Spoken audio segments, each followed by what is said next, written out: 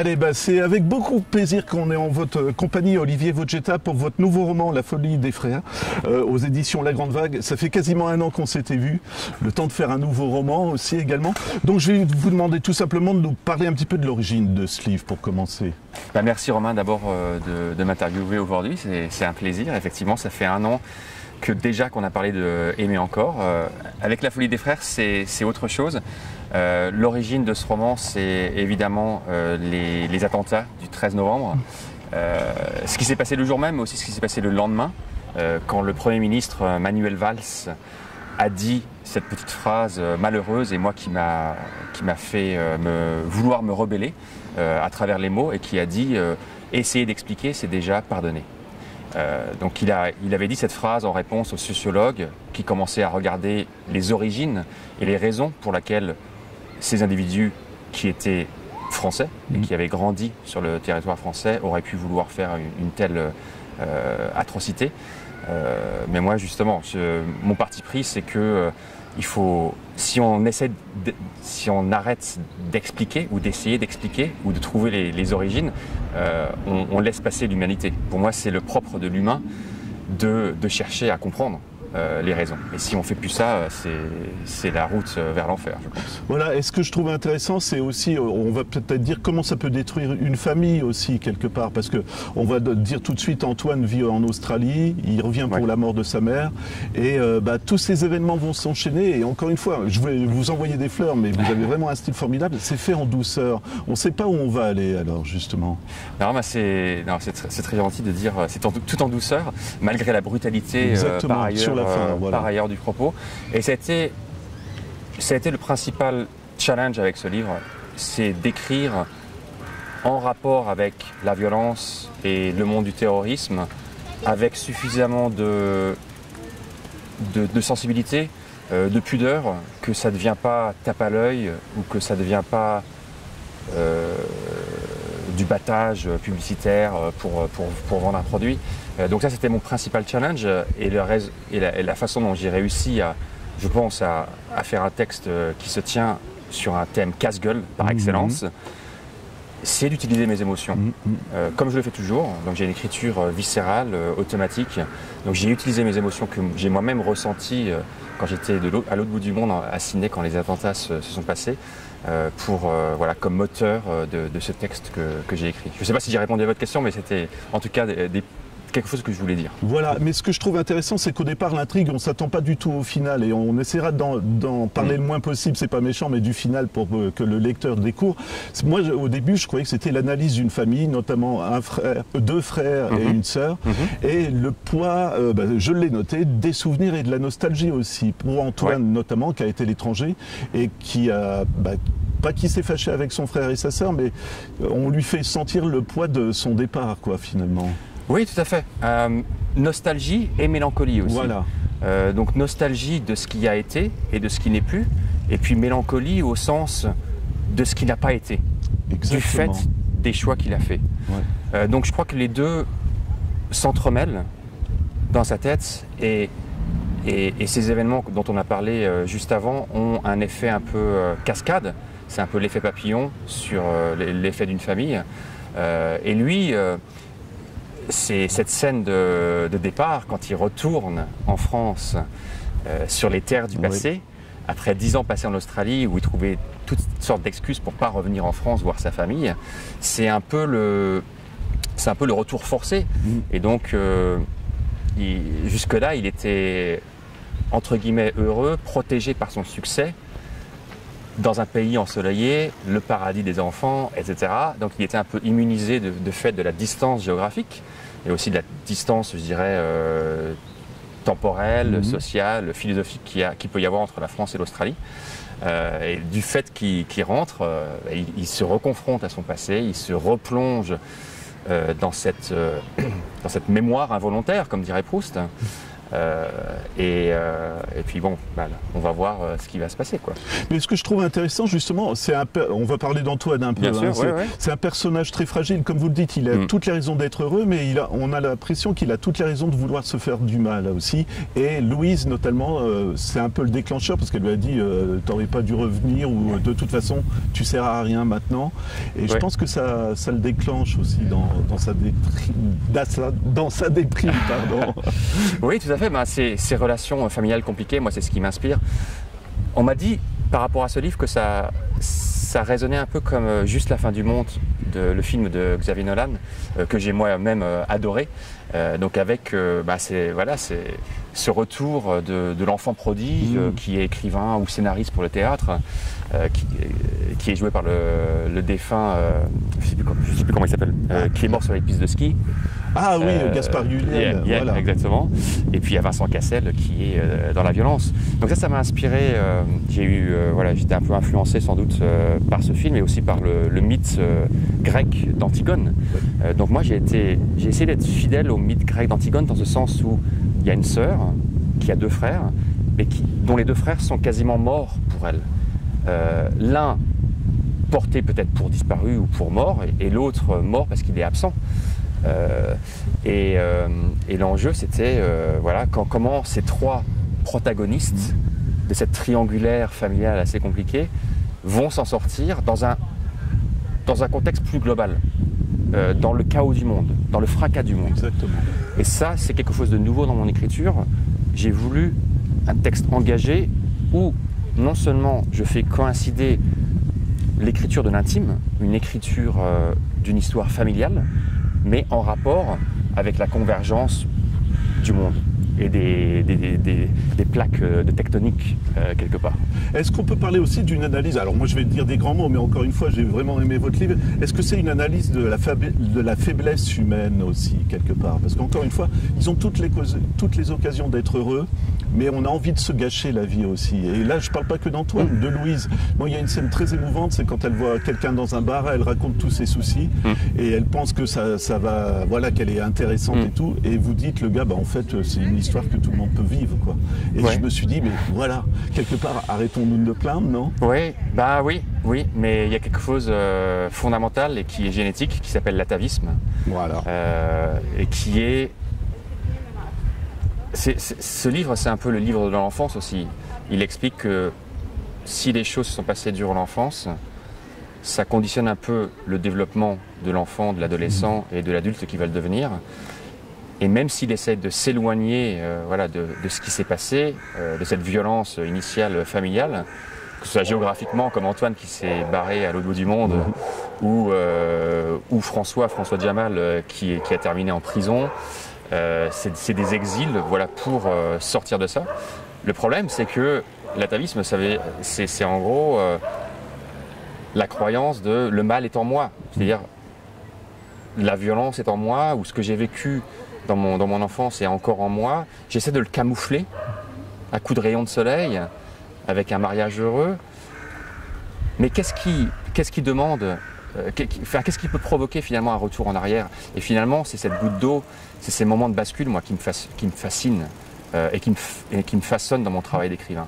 C'est ces moments de bascule où du statut de héros, on peut passer au statut de salaud.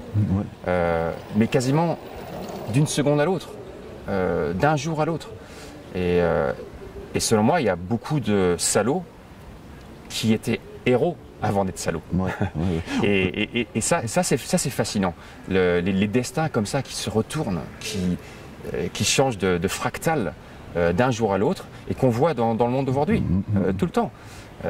Il y a, notamment avec le Me Too, il y a des tas de héros qu'on avait portés sur le piédestal et qui maintenant descendent du piédestal parce qu'ils sont impliqués dans ces histoires horribles, de violence aux femmes ou de coercition des femmes, etc. Vous voyez ce que je veux dire? Oui. Ouais. Et moi, ça me fait penser à François Djamal, justement, son frère aussi. Là aussi, tout aurait pu bien se passer et puis il s'est laissé glisser quelque part aussi. Oui, c'est un très bon mot que vous utilisez, il s'est laissé glisser. Parce que finalement, l'analogie que je vais faire avec la violence, c'est la notion de vertige. quand on a le vertige, finalement ce livre c'est le livre du vertige et de la peur du vertige et du mal que le vertige fait. Est-ce que c'est pas aussi l'envie d'y aller aussi? Oui, la l'envie d'y aller, parce que en fait, au moment où le vertige d'une situation fait tellement mal, et ben c'est là où on se laisse glisser, c'est là où on se laisse tomber. Et pour moi, la violence, quelqu'un de violent, c'est quelqu'un qui se laisse tomber, qui se laisse glisser. Quelqu'un de violent, c'est quelqu'un qui tombe et qui trouve dans la violence finalement une libération. Là, c'est un peu ésotérique, mais c'est ça. C'est une libération de ce mal et de ce vertige. On n'a plus à réfléchir sur on soi, on se laisse tomber. Ouais. Et c'est un peu la release, comme on dirait en australien. Donc voilà, donc ça c'est fascinant quand même. Hein. Et ça fait peur. Mais j'espère que ce livre contribuera à donner quelques pistes sur peut-être les moyens de reconnaître ces moments juste avant, et puis d'avoir un esprit critique où l'artificial intelligence ne va pas nous aider forcément, mais un esprit critique qui nous dit top, ok, je sors de la pièce, ou ok, je vais faire un tour. Vous menez à la question suivante, c'est ce que j'allais vous demander, c'est est-ce qu'il faut vraiment toujours se poser trop de questions ou justement arrêter, c'est ce que vous disiez tout de suite, je sors de la pièce pour ne pas tomber dans la folie. Et Antoine, je pense qu'il se pose tellement de questions qu'au bout d'un moment il n'a pas de réponse et donc il se laisse aller, quoi. Oui, non, tout à fait, à mon avis, il faut suivre son instinct et la meilleure part de soi et agir. Et pas forcément avec son cerveau et analyser, parce que dans des moments de tension extrême, le cerveau il marche plus comme il devrait. Même quelqu'un de très intelligent, même quelqu'un par ailleurs de très bien, de vertueux. Et c'est là où c'est terrible finalement la vie, c'est quelqu'un de très bien, vous, moi, peuvent commettre des actes irréparables dans des situations extrêmes. C'est comme des rats de laboratoire, si on les pousse à l'extrême, petit à petit, et après on fait la goutte qui est dans les vases, regardez le résultat et c'est terrible. Voilà. Est-ce qu'on forge son destin alors justement? J'espère qu'on forge son destin. Mais moi je dis ça parce que par rapport à ce que vous venez d'expliquer, on peut aussi dire j'ai une vie super et puis je la gâche. Moi il me fascine Antoine, je vous le dis, c'est pour ça, je le trouve fascinant. C'est une bonne question sur la question si on forge le destin ou pas. C'est la question de la liberté finalement. À quel point sommes-nous libres de nos actes et de nos faits, libres et de faire ce que l'on veut indépendamment de notre tissu génétique, de notre tissu historique, de notre éducation familiale. Je pense que la liberté, je pense que les gens se pensent libres, mais en fait tout le monde est moins libre qu'il ne le pense. Du fait de l'atavisme, du fait de la pression familiale qui peut faire des choses et qui peut orienter des destins de vie totalement différents. Il y a des gens qui se gâchent la vie juste pour entretenir des routines ou traditions familiales ou des pressions familiales. C'est ce que dit un peu Antoine, non? Parce qu'il est en questionnement quand il revient en France. Bon, je dis scène parce que je trouve que c'est visuel à chaque fois, mais il va s'enfermer 3 ou 4 jours dans l'appartement de sa mère et il se laisse quasiment mourir. Et j'ai trouvé ça fascinant, justement. Comment ça vous est venu, cette idée, par exemple? Parce que là, on parle encore de nostalgie. Moi, j'avoue que je suis nostalgique, mais je sais aussi quand il faut s'arrêter. Et là, non, justement, lui, il ne réagit pas. Ça, c'était une expérience assez intime. Comme Antoine qui rentre en France et à Villepinte, pour être précis, dans ce milieu qui lui rappelle la violence de son enfance et qui met en perspective la vie qu'il a en Australie, le bonheur qui s'est créé en Australie. Et ce qui arrive à Antoine, c'est qu'il a peur de faire mal à ceux qu'il aime s'il rentre. Il a peur de celui qu'il est en train de redevenir. Et imaginez qu'il revient en Australie comme s'il était son moi d'avant, son moi de 15 ans, de 20 ans, avant qu'il parte. Qu'est-ce qu'il ferait à son épouse, à leur petite fille, de quoi est-il capable? Et je crois que ce livre, c'est aussi un questionnement sur le rôle de l'homme. C'est pour le coup, contrairement à Aimer encore que j'ai écrit du côté féminin, ça c'est vraiment un roman, je crois, masculin, où dans le monde d'aujourd'hui, il fait pas bon être un homme. Oui, oui, oui. C'est plus facile d'être une femme, je crois. Malgré, moi je caricature un petit peu, mais je crois que c'est un avantage un petit peu d'être une femme en ce moment, dans le monde entreprise, dans le monde personnel. Donc la question que je me pose là, c'est quel est le rôle de l'homme dans ce nouveau monde, et surtout un homme qui est frère, mari, fils de. Il y a tellement de contraintes, c'est tellement de choses. How do you please everyone? Voilà, exactement. Mais c'est ce qui se pose comme question en fait. Ouais. Et justement, il y a quand même le thème de l'amour qui est formidable aussi, parce que c'est peut-être la lumière qu'il y a dans le roman aussi, non? Oui, oui, la lumière qui est dans un premier temps peut-être un peu décadente, la lumière un peu artificielle, comme peut l'être le soleil de l'Australie, qui peut être vu comme un paradis artificiel. Mais après un certain nombre d'événements et de choses, je crois que cette lumière qui vient de Kylie, l'épouse australienne, je crois que c'est une lumière renouvelée, c'est une lumière renaissante, c'est la reconnaissance de ce que un partenaire ou une partenaire peut apporter de réconfort et de balance, et de quelque part c'est offrir un équilibre à Antoine. Et c'est la façon, voilà, c'est un peu un livre aussi de la rédemption, quelque part. Alors, donc c'est positif, parce que là on a parlé beaucoup de choses négatives. Mais non, mais c'est parce que justement il y a toujours une chance de s'en sortir, c'est ça que j'ai bien aimé. Voilà, parce que parfois on va chercher de l'aide quand on est perdu, avec un psychologue ou des choses comme ça, ce qui se passe pour Antoine notamment, mais il y a aussi la solution intérieure, il faut savoir aussi, encore une fois comme on dit, taper le pied au fond de la piscine pour remonter, et je trouve ça fascinant, quoi, tout simplement. Mais ça va être peut-être une question naïve, mais il y a le thème du couloir, moi, que j'ai trouvé génial. Donc dans la maison de Kylie et Antoine, on laissera découvrir ce qui se passe dans ce fameux couloir, mais il y a aussi le couloir dans l'hôpital psychiatrique où tous les gens se précipitent contre une vitre pour sortir. Et c'est bête, hein, mais je me suis dit, on dit toujours, quand on est sur le point de mourir, on voit la lumière, on traverse une sorte de couloir. Est-ce qu'il n'y a pas un peu une analogie à faire avec tout ça? Si, tout à fait. C'est le thème du couloir. C'est ce qu'on voit en couverture d'ailleurs du livre. J'allais vous demander plus tard d'expliquer. Je vais montrer. Donc voilà la couverture du livre. Donc il y a une porte et puis il y a un passage, et donc il y a l'avant, l'après. Et je crois que ce que j'ai essayé de faire avec le couloir ou le tunnel, c'est vraiment, il y a un début, il y a un milieu, il y a une fin. Il y a un côté qui peut être sombre et un côté qui peut être éclairé. Et c'est une analogie finalement de la vie. Donc pour moi, c'était pas un choix, c'était voulu ce que vous avez dit. C'était voulu, c'était voulu, c'était un choix quasiment, c'était une métaphore pour la vie. Et puis aussi, je voulais mettre en opposition ce couloir du plaisir qui est à Sydney, et je laisse les lecteurs et les lectrices découvrir ce qui se passe dans ce couloir du plaisir à Sydney, dans leur maison à Sydney, et aussi le couloir de l'hôpital psychiatrique où c'est un peu c'est l'autre côté, quoi, c'est l'autre face de la pièce. Voilà. Moi, ça sera une de mes dernières questions. Je ne veux pas trop dévoiler la fin, c'est pour ça que je n'ai pas trop parlé de François Jamal, mais quand je vais poser la question quand même, on arrive à un événement terrible qui s'est passé en 2015, on va dire, voilà.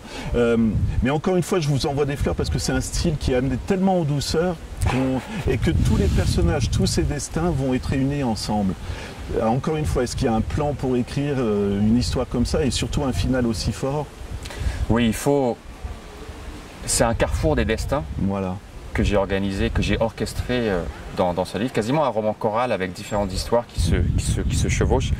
Donc c'est le roman sur lequel j'ai fait le plus de recherches thématiques et sur lequel j'ai été le plus strict au niveau des 3 parties et des chapitres et de l'ordonnance de ces chapitres. Donc j'étais dans mon tableur Excel comme un écrivain de polar. C'est comme ça qu'il marche, donc les Franck Tillier, etc. Donc là, j'ai vraiment... C'est un roman noir. Et pour faire un roman noir où il y a une intrigue, c'est un côté thriller, il faut mettre ça... là, pour le coup, je ne peux pas faire ça juste en écriture automatique. Il faut vraiment organiser tout et avoir une idée précise de là où on veut amener le lecteur ou la lectrice. Je vais dire un grand mot, mais est-ce que vous avez été ému pour, par exemple, l'histoire de Louise à la fin, comment ça se passe, la terrasse, des choses comme ça? C'est très fort, ça, émotionnellement. Merci.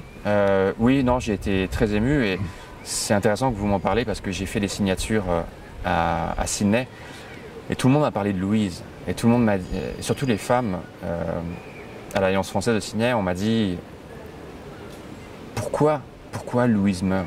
Pourquoi ne pas lui donner une chance, une deuxième chance? Et je crois que, pour en revenir au mythe d'Antigone, à la fin, Antigone est condamnée par le roi de Thèbes, Créon. Et je crois que voilà, j'ai voulu un petit peu reproduire ça, être fidèle au mythe grec d'Antigone. Pardon, j'ai mon téléphone. Je ne sais pas si c'est le mien aussi. Non, ça va. Non, c'est le mien. On coupera. Oh non, c'est. Ouais, bah allez, on laisse. Ça fait live. Ça comme fait ça. partie. Et en plus, on est dans un beau décor. Donc voilà, on continue. Ouais, Donc oui, non, mais le mythe d'Antigone. Mais moi, c'est ma toute dernière question et ça va vous paraître complètement peut-être idiot. Il y a un mot, moi, que j'ai découvert qui faisait peur, c'est le mot pourquoi. Parce qu'on dit pourquoi, Louise dit pourquoi tu es revenu, pourquoi tu nous as pas contacté. François Jamal, pourquoi tu m'as laissé tomber. Antoine qui se dit pourquoi je suis la personne que je suis, pourquoi j'ai le droit d'être heureux. Et je me dis que c'est vraiment un mot qui peut faire peur, le mot pourquoi. C'est le pourquoi qui vient en réponse à la culpabilité. Si vous avez noté ça, tous les protagonistes de ce roman ont une part de culpabilité en eux. Ils se jugent coupables de quelque chose et ils se le font payer quelquefois à prix très cher, à prix coûtant. Donc effectivement, le pourquoi et la raison et la façon qu'ils ont de se justifier de leurs actes à chaque fois qu'ils font quelque chose, je reviens un peu au thème de la liberté. C'est à quel point quelqu'un adulte, consentant, bien dans ses baskets, peut faire quelque chose et ne pas s'en justifier, parce qu'il a décidé de le faire. Donc le pourquoi, effectivement, c'est une bonne question. Ça amène à la notion du vide, hein, justement. Pourquoi j'ai fait ça? Et si on n'a pas de réponse, on peut devenir fou. Oui, exactement. Si on n'a pas de réponse, il faut combler le vide, ou il faut combler l'absence. Et c'est comme ça que les affres du cerveau humain peuvent se mettre en branle. Où le cerveau humain peut se mettre en branle de cette façon-là. Et moi, les affres du cerveau humain, c'est ça qui me passionne. C'est-à-dire que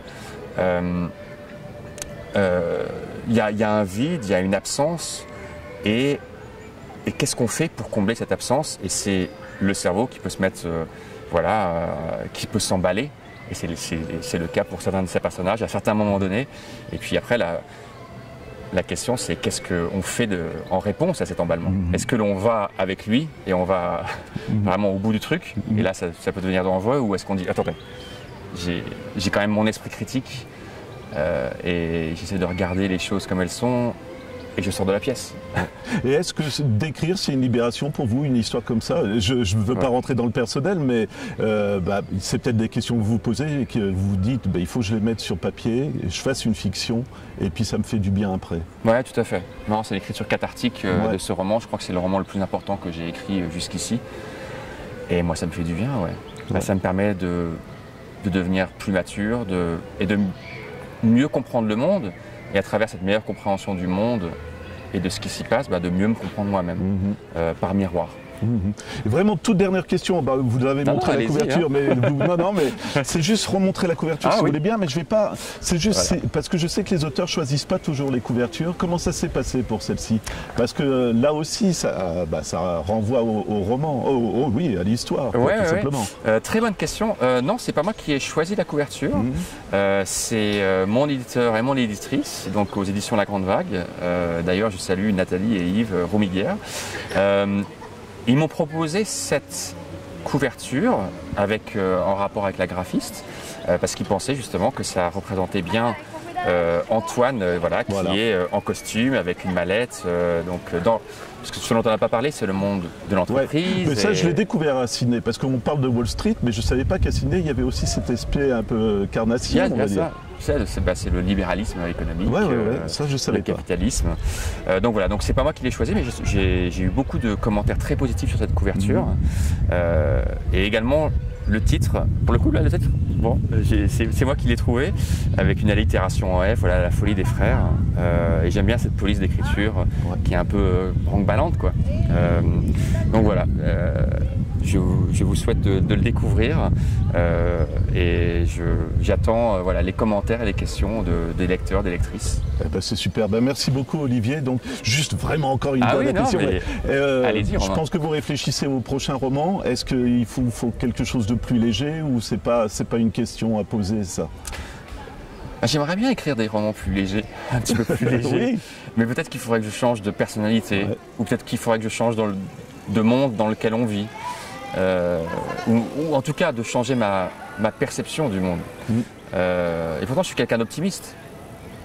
Mais je sais voir quand même ce qui ne va pas dans le monde et j'essaye de trouver des solutions à ma manière, à travers les mots, à travers les histoires, pour que ça puisse aider une personne, 10 personnes, 1000 personnes, voilà, à travers des histoires qui peuvent résonner avec les gens, avec ce qu'ils peuvent vivre dans un monde qui est difficile aujourd'hui. Je crois que l'année 2024 n'est pas des plus faciles jusqu'ici. On sort juste des élections qui ont été quasiment un moment de vertige. C'était un moment de vertige pour tous les Français pendant ces quelques jours entre le premier et le deuxième tour. Donc voilà, donc mon ambition pour le prochain roman qui est en cours, c'est de continuer dans cette même veine et d'avoir vraiment une écriture toujours aussi engagée, mais qui fait la part belle aux grandes questions de ce monde. Voilà, le fracas du monde, je veux le mettre maintenant dans mes romans, que ce soit le changement climatique, que ce soit d'autres choses. Ouais, je suis gâté, il y a l'inspiration. Et on parle toujours de style d'écrivain, moi je vous le dis toujours, je trouve que vous avez un style, est-ce que vous voyez ce que ça veut dire pour vous? Est-ce que vous sentez que vous avez un style d'écriture qui vous est propre ou pas? Je crois que c'est mon 8e livre, donc j'espère que je commence à avoir un style, mais en tout cas c'est quelque chose auquel je porte beaucoup d'importance. L'histoire pour moi est très importante, mais je me considérais comme un styliste, un peu comme Franck Buys peut l'être. Donc j'aime beaucoup le rythme des phrases, la poétique, les mots que je choisis. Je suis assez obsessionnel dans ce sens-là avec l'écriture.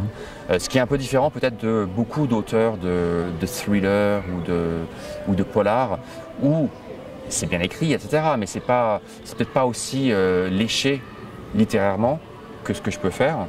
Parce que pour moi, j'aime beaucoup l'esthétique. Je suis dans l'exigence esthétique à tout bout de champ, quoi. Voilà. Et vous savez plus qu'en boutiste, c'est ça que voilà, vous savez quoi, vous m'avez apporté une solution parce que je me disais, ça me rappelle, moi je parle toujours cinéma aussi, ça me rappelle un style, et je viens de percuter, c'est Brian De Palma dans les années 70-80, avec le split screen, donc la même scène qui se déroule selon divers points de vue, c'est exactement ça, et je me dis, mais voilà, c'est ça, non ou pas? Quel compliment! Ah ouais, mais je percute seulement maintenant parce que le final, c'est vraiment ça. Voilà. Non, merci beaucoup Romain, ça me touche, j'ai la chair de poule. Non, c'est un de mes maîtres, Brian De Palma, Scorsese, tout ça.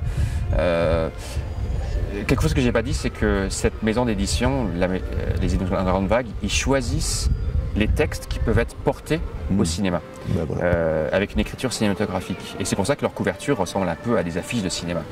Et d'ailleurs, il y a des discussions au sujet de ce livre sur une adaptation cinématographique ou théâtrale, ou les deux. Voilà, c'est en cours, donc il y a pas mal de projets qui se passent. Donc c'est très excitant et j'attends le futur avec impatience, tout en profitant du présent. Mais il y a tout à fait raison. Voilà, je vous remercie. Vous le savez, c'est toujours un plaisir quand on se rencontre. Bon, je rappelle donc votre roman, Olivier Vogetta pour La Folie des Frères, aux éditions La Grande Vague. Et encore un grand plaisir de lecture. Merci beaucoup, Olivier. Merci beaucoup, Romain.